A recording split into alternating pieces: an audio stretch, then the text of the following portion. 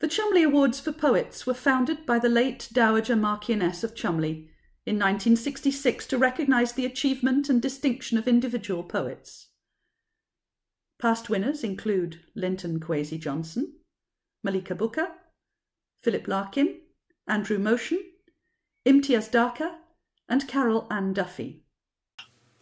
Congratulations to all 5 new recipients of the 2020 Cholmondeley Awards, selected by judges Grace Nichols, Paul Farley, Drew Milne and Deryn Rhys-Jones.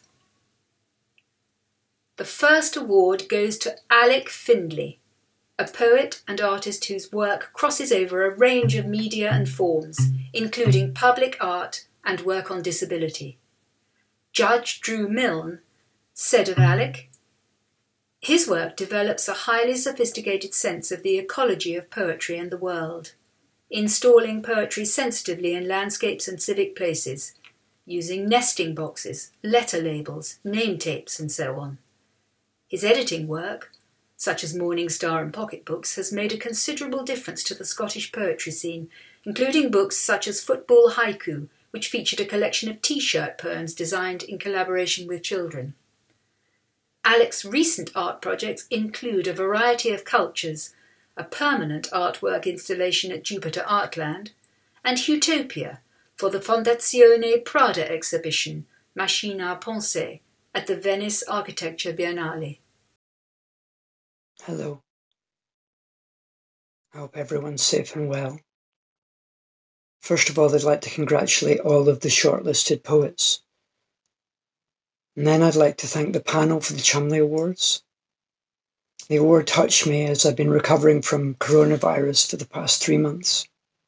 I belong in a high-risk group and also now in that tribe known as the First Waivers. I'm sure I wasn't the only poet that spent late March onwards lying in bed with a cough and a fever, not knowing really who they were and trying to edit a collected poems that someone out there might want to read. Each day I've made sure to write one short poem, and it's been a reminder of everything that poetry means to me as a practice of seeking healing. The experience we're all living through is hard and it will define the coming years, which we know will be very difficult, and there will be changes we have to fight for. It's been a time characterised by spikes of social worry, loss, shrunken worlds, and sometimes a kind of strange gentleness.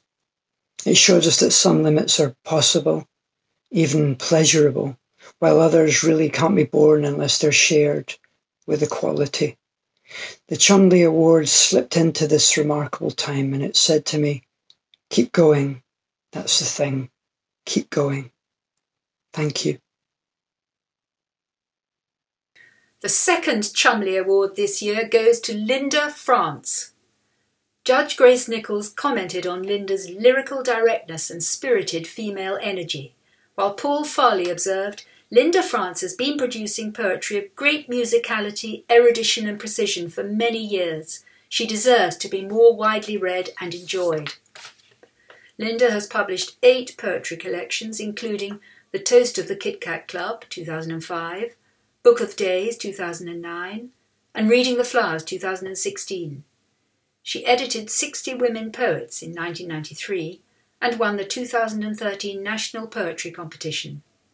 She has worked on many collaborations, most recently Compass, with sound recordist Chris Watson.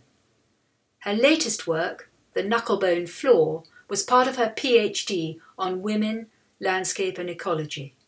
Linda is currently a climate writer with New Writing North and Newcastle University. I'd just like to say thank you to the Society of Authors for giving me one of this year's Cholmondeley Awards. It's a pity we can't be together to celebrate in person, but I am immensely honoured and enormously grateful. Thank you very much. Our next 2020 Cholmondeley Award goes to Hannah Lowe. Judge Grace Nichols said, "In a voice that's measured and sensuous, Hannah Lowe's poetry brings a fresh and engaging dimension to contemporary British poetry, influenced by the backgrounds of both her Chinese-Jamaican father and an English mother.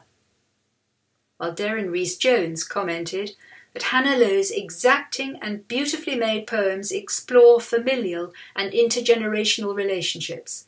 They're wonderfully alert to the pains and rewards of uncovering personal histories, and in doing so also give important voice to communities across time and place. Hannah's first poetry collection, Chick, 2013, won the Michael Murphy Memorial Award for Best First Collection and was shortlisted for the Forward, Aldborough and Seamus Heaney Best First Collection prizes. Her second collection is Chan, 2016. In 2014, she was named as one of 20 Next Generation British Poets. She has also published 4 chapbooks, most recently The Neighbourhood in 2019, has been writer-in-residence at Keats House and lectures in creative writing at Brunel University. Hello everyone. Well, Rory and I are all dressed up because we're at an award ceremony, even though it's about 9 a.m. on a Wednesday morning. And we'd like to say thank you very much to the Society of Authors for the Cholmondeley Award. Rory has got a visual demonstration of my feelings about it. This is my mum before the award. This is my mum after the award. Yes, the award has made me very happy, especially during these, trying times of lockdown, etc. And my heartfelt thanks to everyone in the poetry community, those that have supported me over the years, and especially my mentor, Mimi Calvati. And lastly, we would just like to send our support and solidarity to the Black Lives Matter movement. Thank you. For our 4th Cholmondeley Award this year, the judges have selected BHANU KAPIL. Judge Drew Milne described BHANU's work as extraordinary on many levels, while Darren Rhys-Jones said BHANU KAPIL is one of the most original and important poets of her generation. Often working in hybrid forms, her writing explores the devastating and long-term effects of colonialism and experiences of racism and violence in diaspora communities in India, England or America. Her poems, which are very much rooted in the body, combine intimacy with humour and joy and are remarkable for what Sammy Gale has described as welcoming the reader to participate in the ritual of her poems making. BHANU is a British poet born to Indian parents. She's the author of a number of full-length works of poetry prose, including The Vertical Interrogation of Strangers in 2001, Incubation, A Space for Monsters, 2006 and 2020, Humanimal, A Project for Future Children, 2009, and Schizophrene, 2011, and Bon en Banlieue, 2015. Her first full-length poetry collection to be published in the United Kingdom is How to Wash a Heart, published in April. BHANU received this year's Wyndham Campbell Prize for Poetry.